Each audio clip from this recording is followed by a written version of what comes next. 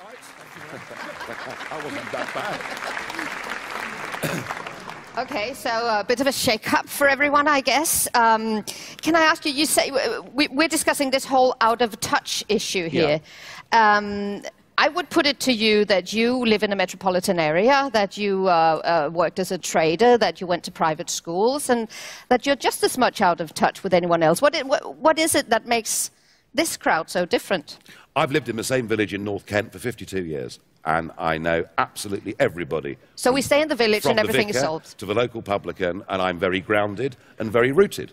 And, you know, does that influence my thoughts on identity? It probably does, actually, yes. In a sense that I'm very much of that part of the country and that county. And yeah, I had a private education, and I've got to admit, I didn't necessarily distinguish myself much there. But no, I think this is about social attitudes. It's about having a conversation. And it's not just the media. I mean, you know, politicians have made this mistake too. I'll give you an example. I went in 2014, the European elections, and what Nick didn't tell you is that I led UKIP in 2014 to being the first party since 1906 that wasn't a Labour or a Tory party that won a national election. I had to get you back on that. But I went in 2014 to Doncaster, a town in Yorkshire, in the north of England, a town with one of the lowest rates of people going on to further education, etc. And I was invited to attend a working man's club. And it was full of ex-miners and people, and I was there at 3 in the afternoon, and they listened. A lot of them were hard left and against me, but a lot were very prepared to listen. And we had a couple of drinks, and I finished up there doing the horses with them on Channel 4 Racing. And 400 yards away was Ed Miliband's constituency office. He's the MP for that seat. And I said to the governor of the Working Man's Club, I said, well, how often does Ed Miliband come in? No, he's never been in. He's never been in. Because he wouldn't know how to speak to those people, how to connect with those people. And it's the same with the media. And so this was just to remind people, Nigel, who don't know, this is the leader of the Labour Party, the leader of the main left party in the UK, did not even go drinking in his own working men's club. No, and you know yourself that, you know, with the BBC, actually, London and Manchester are the big centres. I mean, you were there in Sunderland on the night, and well done you.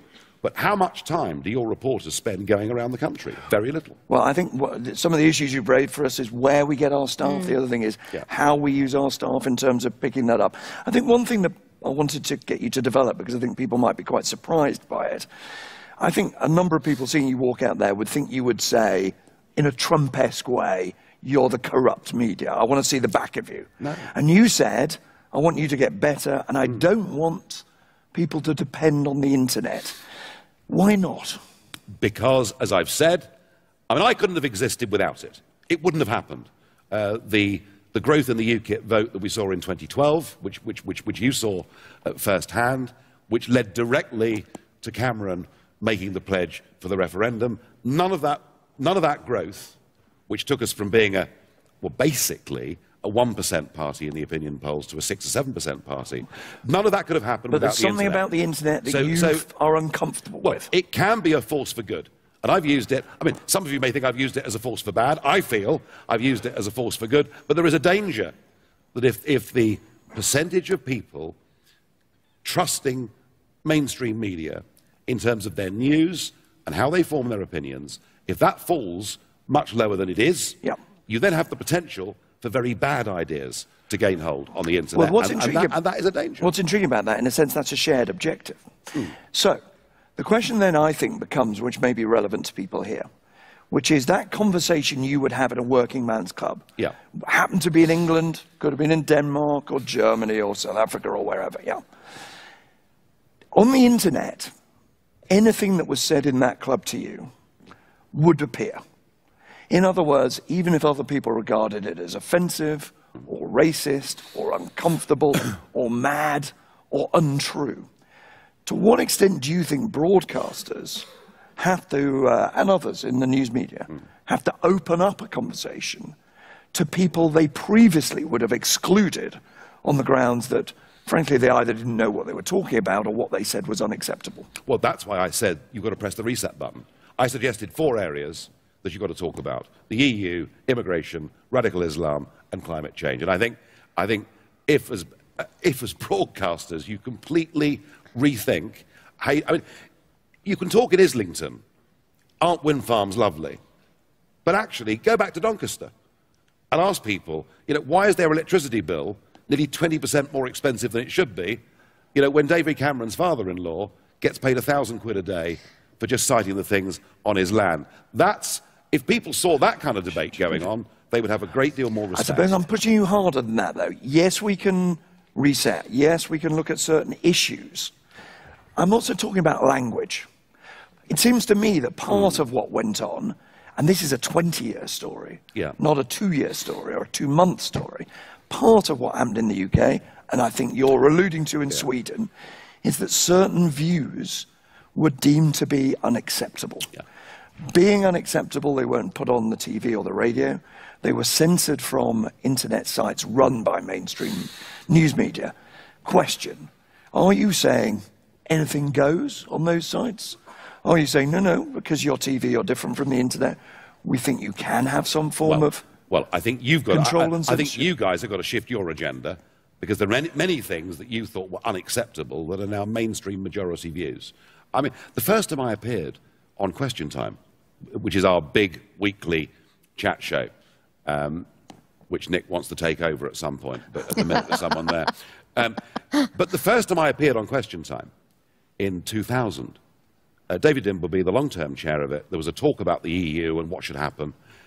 And Dimbleby said, and you, Nigel Farage, you have even admitted that you think Britain should leave the European Union. I mean, you think I'd endorse paedophilia? It was quite extraordinary. And that coming, from the flagship programme. So even saying we should leave the EU was deemed to be unacceptable. But is that then because that's the way we've normally talked, because we are, in the mainstream media is kind of well-educated, civilized, we don't, there's a certain amount of issues we don't go into? Or is it simply, do you think, bias on part of the journalists and of the editors? I think if you draw your staff, I repeat the point, from middle or upper middle classes, predominantly privately educated, mostly been to good universities, live inside the metropolitan London bubble, you have a completely different set of social views to those who live 100 kilometres away. I think what you're saying, let's just be clear, because I think it'll help us for the conversation as we go on, is that, take your Swedish example. I think what you're saying is you want people in that newsroom who say, hey, do you know what, my mum, my friend, my builder, the guy I play pool with, he doesn't want these refugees in. And you think that conversation's not taking place? It's not been taking place. I think there are two things. Firstly, the conversation's not been taking place. And secondly, I think the language, frankly, I'm talking about the UK here, but the language that has been used on the big talk shows, on the big programmes, on the programme that you are involved with 3 or 4 days a week, I think very often the language itself just doesn't connect with ordinary people.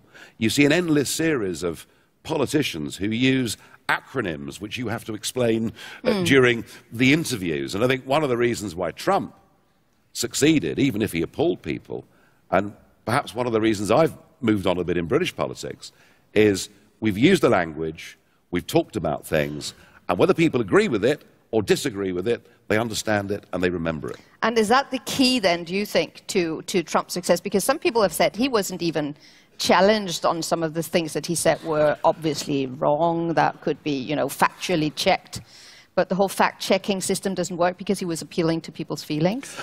Well, Trump clearly made some mistakes in the campaign and did stand up more than once and apologise for being over the top and shooting from the hip and getting things wrong.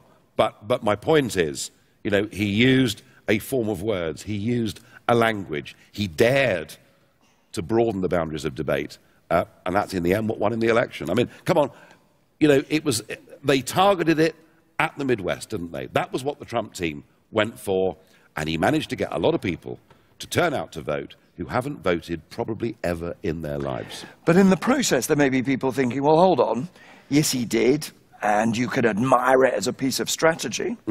But if in the process you've made every Muslim in the United States feel alienated, And you were criticised, let's remember, you were criticised because you raised the issue of the danger of infections coming in the UK from immigrants. And some people thought you were playing this deliberately to outrage. I didn't raise the issue of infections coming into the United Kingdom. I raised the issue of who was going to pay. For people who had to be treated. Yes. But my point was not to re-go over that ground, right?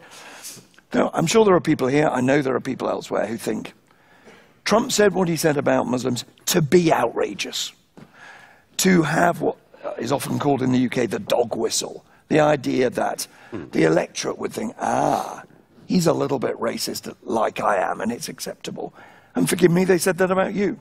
They thought you said things about disease and immigration as a deliberate way of saying, hey, look, they don't think like you, but I do think like you. And the question for broadcasters is, do we just say, look, say what you like. We'll be in touch, you say what you like. Or isn't it our job to say, hold on, no, that's wrong? No, I think I would agree with that. Of course, you've got a responsibility. If you think something's clearly wrong, you've got to act on it. And that line of Trump's clearly was over the top, which is why he then changed it quite rapidly to extreme vetting. Look, I'm not for one moment suggesting that mainstream media has to become a total free-for-all like the internet is. What I am suggesting is that mainstream media has got out of touch with over half the population in all of these countries because it's too metropolitan, it's drawing from too narrow a group of people. And as I said, the question for me is not, is the BBC biased? It's, does it think it's biased? It doesn't think it is, because actually, socially, it's not representative of the country as a whole. And isn't that just a lovely point to bring in some of the people that you're talking about? We've actually gathered a small panel to talk to you. They're coming in now. And the people you'll be meeting now is Katie Searle, who is the editor of BBC Westminster, John Williams, who is the managing editor of ABC News. We must admit he's a Brit also, so you'll be comfortable. And it's Ece Temelkuran from Turkey. And Charlotte Raab, who is Deputy Head of Politics with the AFP in France, possibly the next country to face the same challenges that the UK and the US have faced. Katie, let me begin with you. You're biased, but you don't even know it. You're socially biased. I completely reject that. I mean, I think I wouldn't say we were biased in any way. I mean, I was pleased to see that you were very clear that in our campaign coverage that we got it right. Yes. That was a relief. I didn't see that coming. I'm very objective. I would absolutely reject that we were biased. I think there is a point about our social makeup in how we employ our staff. I can tell you that I neither went to private school nor university, so I've got one in there.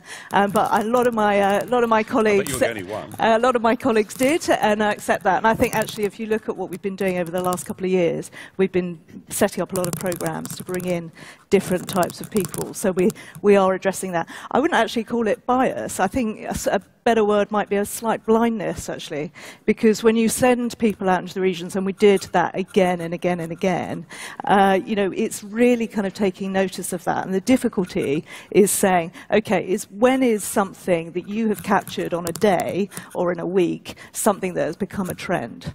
And what we saw during the campaign, I think, was you only had to look at the pictures of the Boris bus and the campaign and the people around that you noticed the excitement around that. And I think what we didn't do enough of is really tap into our colleagues that are across the country, as you know, our regional colleagues, and say, what does this mean? And I think that's true of the campaign in 2015 as well. Let's bring in John. I mean, John, you were working in a very prominent position on ABC News during this election. Do you think the same criticism, the same question applies? And frankly and personally, it might apply to you, which is people might say, well, what the hell is a senior executive of ABC News doing who is not an American? And therefore, by definition, is what Theresa May, the British Prime Minister, called a citizen of nowhere. Right. Well, on that, fortunately, as a citizen of everywhere, as a Brit reporting the world to America, I think there is some value in that. I think the lesson from Brexit and from the US election is the same, and it's the point that Katie made. When ABC and the other networks actually went and talked to voters, Then, of course, we picked up the enthusiasm for Donald Trump. The truth is we didn't do it enough. And too much of it was the horse race between Hillary Clinton and Donald Trump, and perhaps not enough about the issues that the voters were actually concerned about. And I think for all of us, both in Europe and in the United States, the period of reflection needs to be that we need to talk more to our audience, to the voters, and perhaps less to ourselves. Mr. Farage, would that do the difference, do you think? Well, that's right. I mean, I think, you know, I was very praiseworthy of the way you covered the referendum, and rightly so. But what I'm going to do, here's a file of correspondence between your Director General and Newswatch of the coverage that we've seen on the BBC since June the 23rd. If you just tuned in, not even to political programmes, but to social programmes on Radio 4 in the United Kingdom, you would think that Brexit means apocalypse now. So please have those letters and have a look at them. No, do. I want to pick up a word you used actually in your introduction.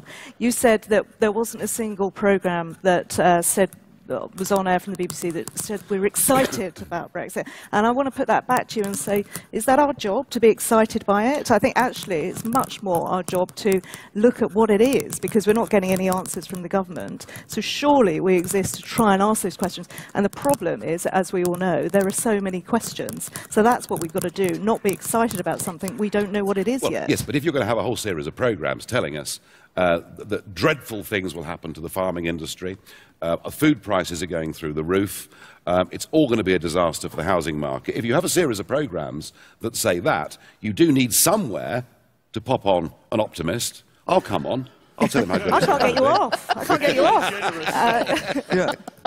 But let's continue to explore the point I think Haiti was alluding to, which is reporting from outside the metropolis. Yeah. You raised that point about the origin of journalism, but also the reporting. And maybe we can bring Charlotte as well in for a perspective on France here as well. This is very much a concern that we at the AFP have. We actually have a working group at the AFP, which is called Trump Brexit, and which is thinking about how to improve our coverage, how to make sure our coverage is accurate, and how we take the pulse of the population as it is. And you explicitly call it Trump Brexit. In other words, you are explicitly... It's an email lister. Yeah. And there's been a meeting already, and we specifically brought in very few people from the politics department, which I'm a part of, and people who report from the suburbs, from the province, from the various departments of the agency, to make sure and to think about how to cover the issues that are on people's mind. And there are lots of ideas being floated around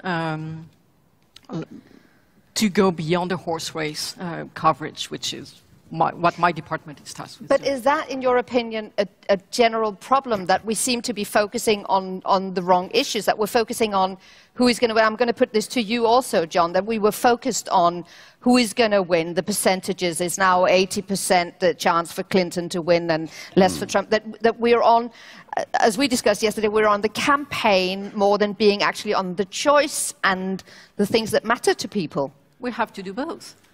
We can't do one without doing the other, and we have to understand why is Mr. or Mrs. So-and-so running ahead in that precinct. Why is this idea carrying so much weight in that region? But at AFP, aren't you in a slightly tricky position? I mean, your relationship with the European Commission, financial grants that you've had from European institutions, doesn't that leave you in a slightly difficult position to cover the Eurosceptic issue in next year's election and to be seen to be objective? I don't believe so. I mean, you can challenge us and, look through our production, and I think you'll see that there are no bias and there is no litmus test as to, how people get hired and what the reporting is. I want to see if we can develop this argument, though, about whether you cover the choice, as it were, rather than the campaign. Because if you go back to Mr. Farage's point about why he got no coverage in 1999, the answer was the way the BBC determines coverage is by the amount of support you have, and at the time he had very little support. One of the issues, I think, for all of us going forward is the speed of transition from being nothing to being a powerful political movement has now is in months. It used to be in decades sometimes. You know, the Labour Party took a long time to develop. And therefore the old model that says we decide whether to cover someone on the basis of whether they won an election 4 years ago and whether they have this many members of parliament. We decide whether to cover a particular issue on the grounds of what the opinion polls a month ago told us. Maybe these measures are the things that are, in a way, distorting our coverage, John. I agree with that. And I think, you know, the real lesson is for us to go back to basics, which is to do journalism. And it's less about simply, you know, what is trending that day. You know, I think that the challenge for all of my colleagues in the US over the next 4 years is to really double down on investigative journalism. There are lots of, you know, issues that, that need to be looked at. Our job, our principal role, is to hold people to account. And a different type of White House is going to require different type of coverage. And we can't just apply the same way that we have covered the Obama White House or the Bush White House to a different White House. But that means doing journalism. And, you know, to Nigel's point, you know, that's a great challenge for all of us, which is to do our jobs better. And there can be, you know, no greater challenge to us than to rise to that challenge. Absolutely, but at the same time, we're all working in the office every day.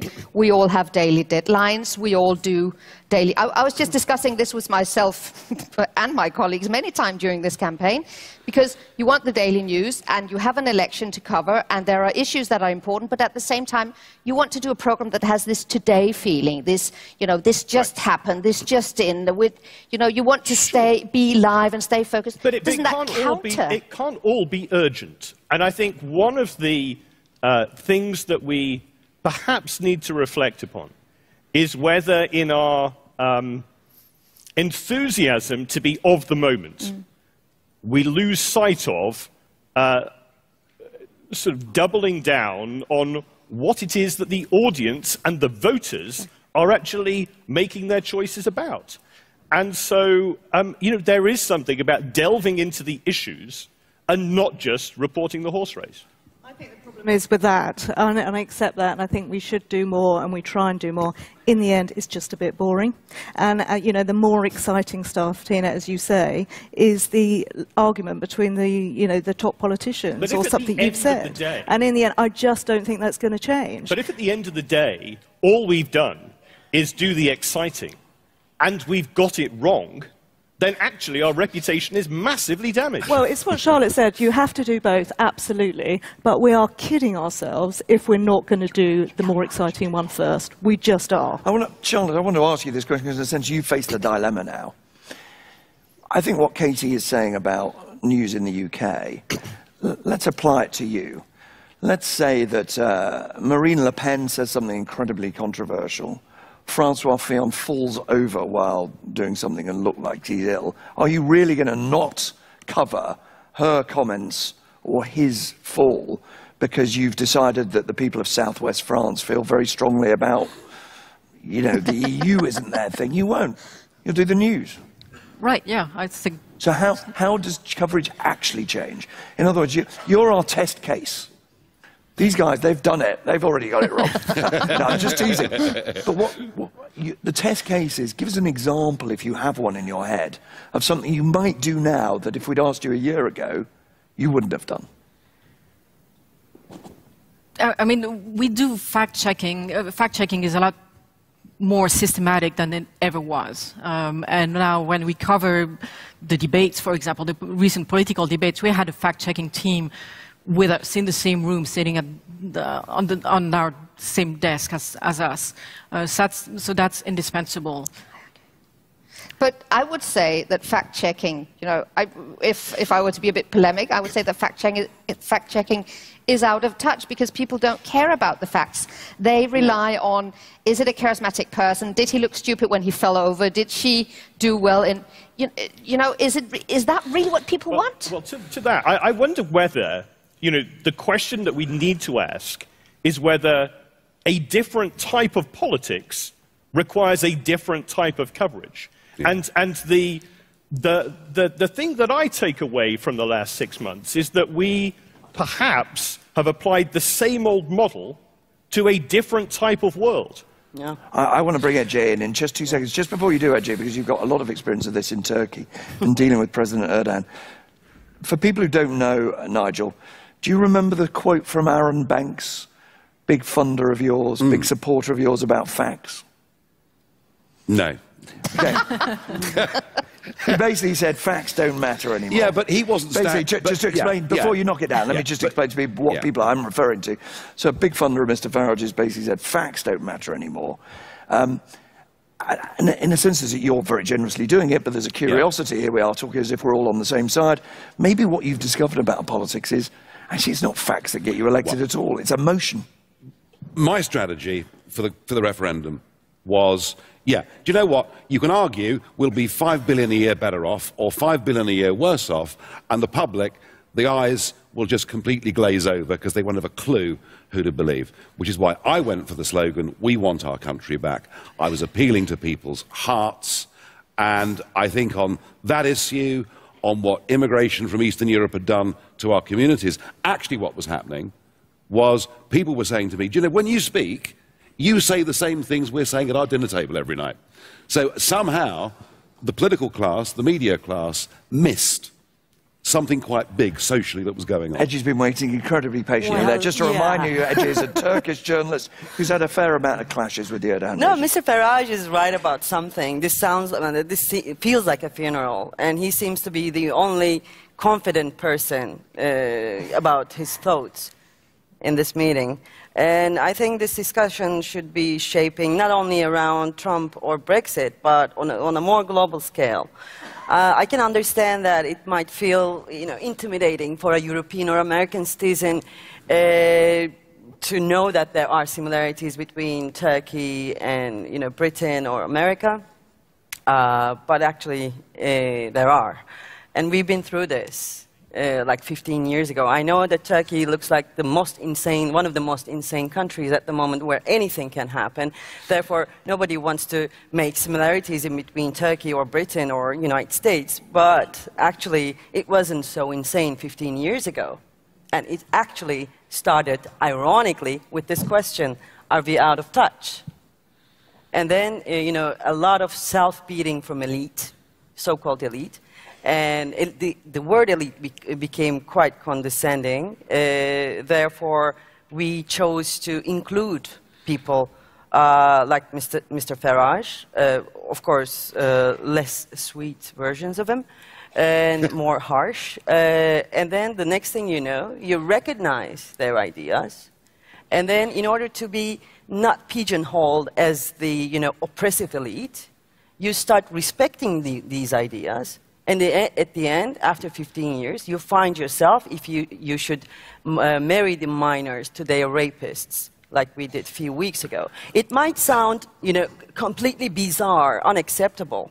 But then, talking about, marrying the minors to their rapists, like it happened a few weeks ago, is actually, in its very core, is so similar to, for instance, CNN discussing whether we should discuss about alt-right's vision of Jews whether being humans or not. It begins with this question, are we out of touch? And then self-beating, are we elites? Are we too cosmopolitan? And so on and so forth. And then we end up in this, insanity. So we have to be careful about this. And think globally, actually. Are you saying the conference is actually making a mistake? He won't mind. He's not used to people like him, right? I think you're saying, and I'm encouraging you to if you are, that Mr. Farage here is a sort of wolf in sheep's clothing, that he's being nice to us, and we're being nice to him, because we're all learning. But if we go down the route he's saying, I think you're saying, we end up with a sort of journalism which accommodates ideas that are extreme, which accommodates views that should not be accommodated. Is that what you're warning? Well, actually, people, and all of us, most of us, tend to speak about this trust issue. Loss of trust issue in terms of Facebook, digital media, and so on and so forth. And I think we should be more courageous and to look, enough courageous to look at this on the ideological level. We lost the trust not because Facebook is spreading fake news. We lost the trust, I don't know, during Gulf War when, tragedy of a country was the fireworks for the United States, for other countries. Or we lost trust in Tahrir when people decided to trust the, nickname, Twitter users instead of New York Times, which invested millions of dollars in its logo in order to be trusted. Yeah.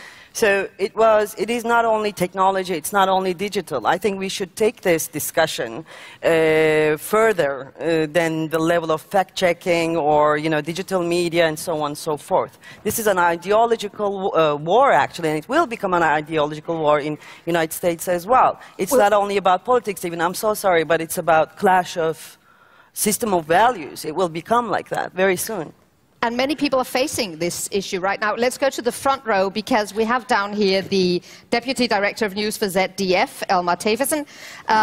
You are, I would say, if I was to be polemic, which I'm not, obviously, a part of the Lügenpresse, as somebody has called you. But you are facing elections. They're coming up next year.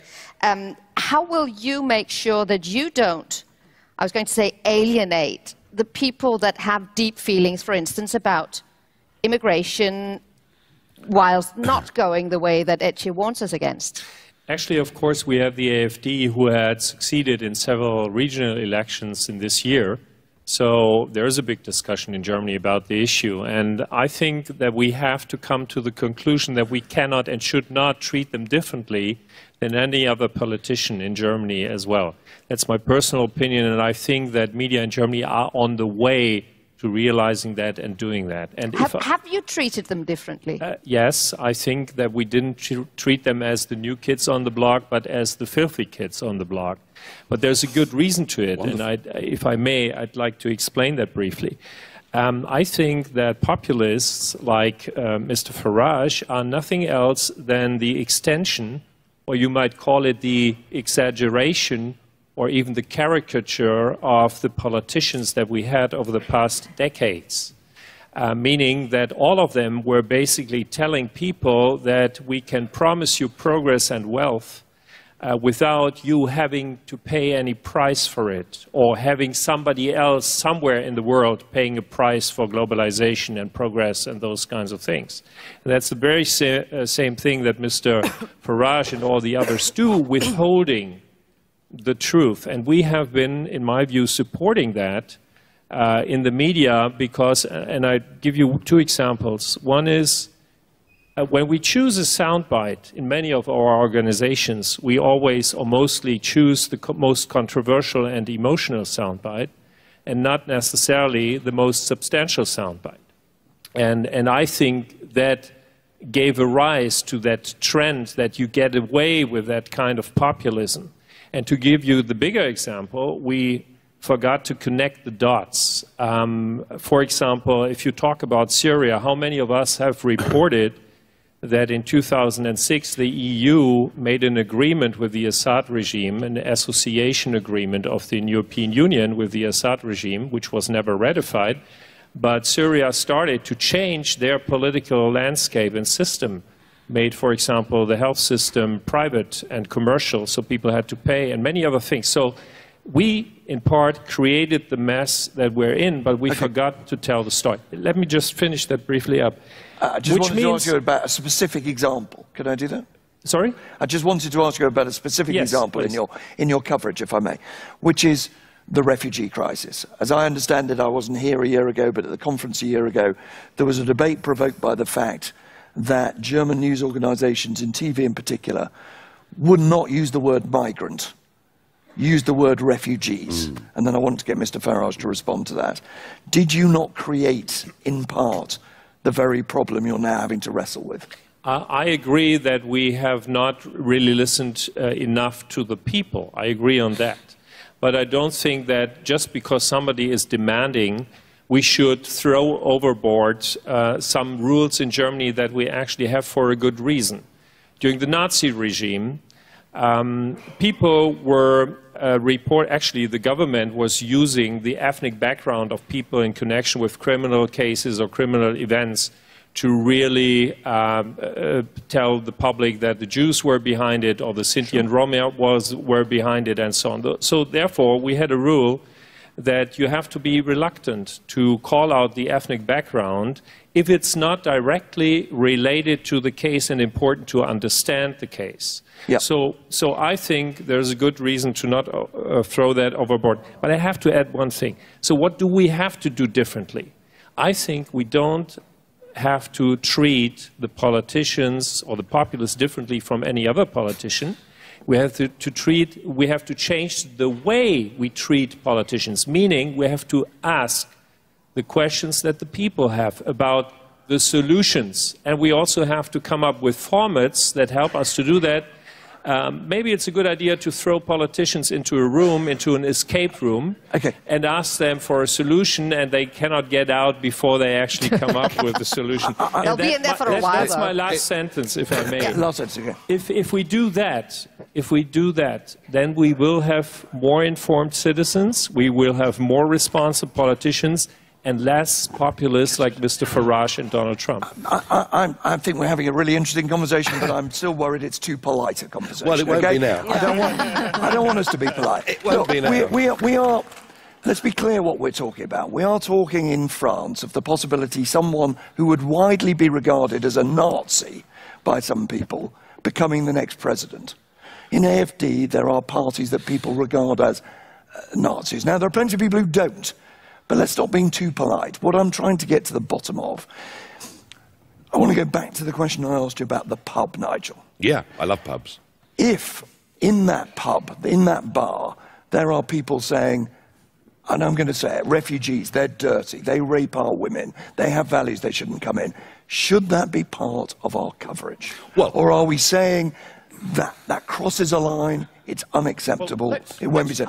Nigel first. Right, I think what we got wrong last year, and you're quite right, it was this use of words, wasn't it? Hardly any of the roughly 1.8 million people that came into the EU last year, hardly any of them would have qualified as refugees under the Geneva Convention. That's not true. They would.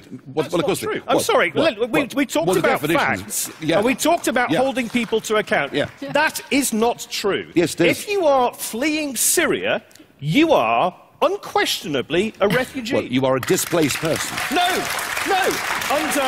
Under international law, you are a refugee and you are entitled to protection. You are not a migrant. I tried very hard to make a plea for the refugee case for the Christians in Syria. But to our colleague's point, it's irrelevant. And I was told that religion had nothing to do with it. Actually, traditionally, with people being granted refugee status, religion nearly always is absolutely at the core of it. So there is a fundamental imbalance here between how I feel on this and you feel on this. Right, because I've been to Syria 5 times since the civil war began. And I have seen the suffering that actually, I believe, personally, the West has not done enough to protect people who are fleeing being bombed by their own government. Those are refugees. They are not migrants. They are not economic migrants. According to the UNHCR, there are 59 million displaced people through wars and conflicts around the world. Right. When we talk traditionally about refugees, we're talking about people under the Geneva Convention who are going to be persecuted because of their ethnicity, their race, their orientation, or their views. And as I say, hardly any of the 1.8 million directly came into that category. But what's interesting is, I mean, that's the issue, but we're talking about the media here. What's really interesting is the German doublespeak that we've just had from the front row. On the one hand, we've listened. Oh, well, yeah, we've listened. We're going to treat the AfD normally. Then I'm called a populist liar. Why am I a populist? Is that because I represent a kind of politics that you don't like? So I'm not on a democratic equivalent to anybody else. You're using falsehoods. So you use this You're using falsehoods and lies to further your political cause and recruit people. I don't want to try. You're talking about Islamization of Europe. Yeah. There is none. If you look at the numbers and the empirical research, There is none, but you are using it to instill fear into the people in order to get the votes from those people. You don't have any solutions to the problem. Do you know something? You are lying, Mr. Farage. You know, your deep, deep prejudice, and maybe... No, we can discuss the numbers if you like. Maybe mainstream media is going down the tubes if people like you stay in senior positions. I didn't even mention the issue of Islam once. I didn't mention it once. Hold on. You mentioned the radical Islam. I said you need to talk about it. All the same. Now, you're very good at talking. Try a bit of listening. Maybe all of you should do a little bit more of that. I did not mention the issue of the Islamization of Europe. I didn't mention it once. Didn't talk about it at all in the referendum campaign. Not once. It was not even part of our debate or part of our narrative. But the idea that we'll... Actually, you're the people that have been lying. You're the ones that have been telling us the euro would be good for us. Sorry, political union would be good for us. You and UKIP are together with all the right-wing populist parties in Europe, in the European Parliament, who are actually making this case that we are facing an Islamization of Europe. But I don't sit with them, do I? I don't sit with them, do I? Or don't you know that? Oh, you had conversations, plenty of them, with them. In the coffee room. Bloody hell, I must have done something awful. No, I'm sorry. UKIP is coordinating in part some of the actions, the political action and propaganda with other parties, like the AfD in Germany. It's very sweet of you to think of me, you know, sitting somewhere, stroking a white cat, planning the downfall of Western civilization.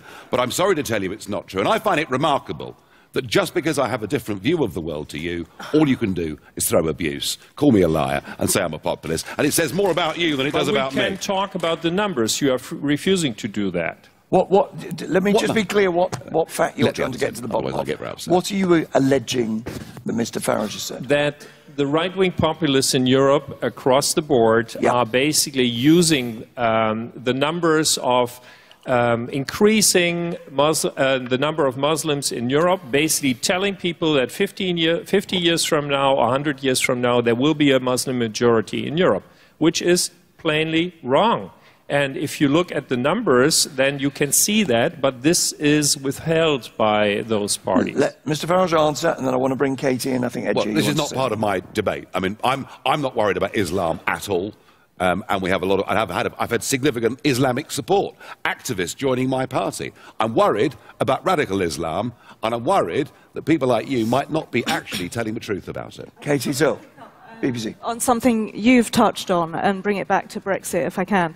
Because I think one of the questions really we should be asking is not whether we've lost trust in the media, but whether we've lost trust in our politicians. And I think if you look at the debate around Brexit, what happened was both sides, both campaigns, clearly claiming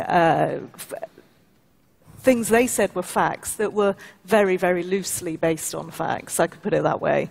Some people would say they were lies. In fact, I think it would be fairer to say they were loosely based on what they could argue as facts if you came from their position on it. And I think that is a real challenge for us, because every day it was our job, of course, to report the campaign. And what we did at the BBC was we had our own fact check, reality check, which got a lot of recognition and was very successful online, and it was really, really important that we do that.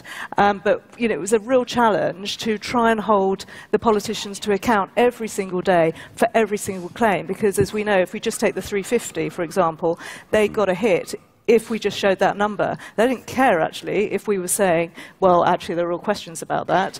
The figure was on the screen, and that's a concern. Edgy, I think you wanted to come in on this. Yeah. This, you know, has been going on in Turkey for 15 years, and it's so happy for me to watch this, because I thought we couldn't do it. It's obviously nobody can, because it is this pattern, and this pattern is, as well, has been repeated for millions of times, and there are passwords to it. It's like, I don't know if you heard these words. I know them because I heard them for years. Point of view, your prejudice, and you don't listen, and so on. These are the, you know, almost the magical, often same words of these patterns. And you're going, no, this is not the fact. This is not the fact. We have been in this for such a long time. Therefore, now I know the pattern. And you cannot go beyond the pattern by mocking you know, Farage or Mr. Farage or like people, like New Yorker did for months for Trump. Or you cannot go, you know, this is not the fact, this is not the fact. I'm sorry, I'm all for you, but then, you know, this doesn't work in a greater scale. And what I wanted to tell was, if you go into this, you know, without being aware that you are falling into a loop, if you go into this loop, they always win. Because their phrase, their line is always more catchy than yours. Because you said, look at the numbers. That's the end of the conversation, because nobody look at numbers. And this is a very good point. Let's go to the front row again, but to your neighbor, to Jimmy Mayman of the AOL, Executive Vice President of AOL and a former Huffington Post chief. You really, you went into this during the election. You posted in Huffington Post, at the end of each article about Donald Trump, there was a disclaimer. And the disclaimer should come on the screen now. Donald Trump is a serial liar, a rampant xenophobe, racist, misogynist, murderer and bully who has repeatedly pledged to ban all Muslims, 1.6 billion members of an entire religion, from entering the US. That was the editor's note at the end of each Trump article. Was that a wise choice, do you think? You know, sometimes you have to do things that are not necessarily wise. No, in hindsight, obviously, this is not a wise choice. As you also said, I'm not the editor-in-chief of Huffington Post, and I believe in state and church. So, obviously, if this is their point of view, they should make that heard. That being said, HuffPost was created, and I think media in general was created on starting and having conversations, and obviously, if you're putting this next to your coverage and your articles, you're not kind of having those conversations, because you're obviously excluding you know, the people that you want to have that conversation with, and it becomes very isolated, and I think that's a problem, and I think.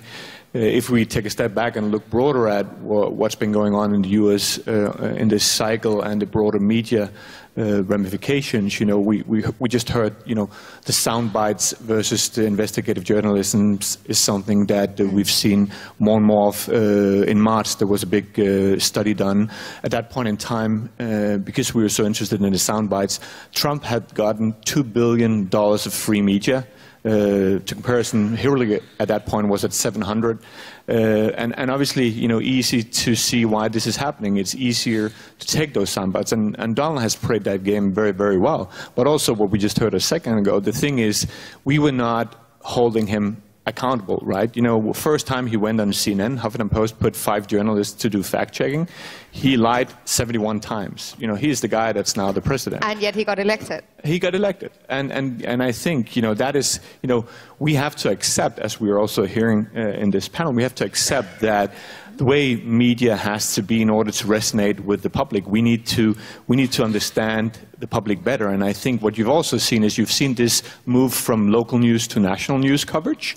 If you look at 12 versus 16 election, a lot of the local news outlets has actually died in the US, which means that you don't have the ear to the ground anymore. Meaning in the local communities, you know, you saw all the news organizations dropping in people for a week, and then they think they know what's going on. Obviously, they don't know what's going on if they drop in people for a week. They have to live there, as we heard from Mr. Farage. You know, you have to understand what these people are talking about, what are their problems, what are their issues, what are they really caring about. I think we've also lost that because we lost local media, and we haven't fixed that.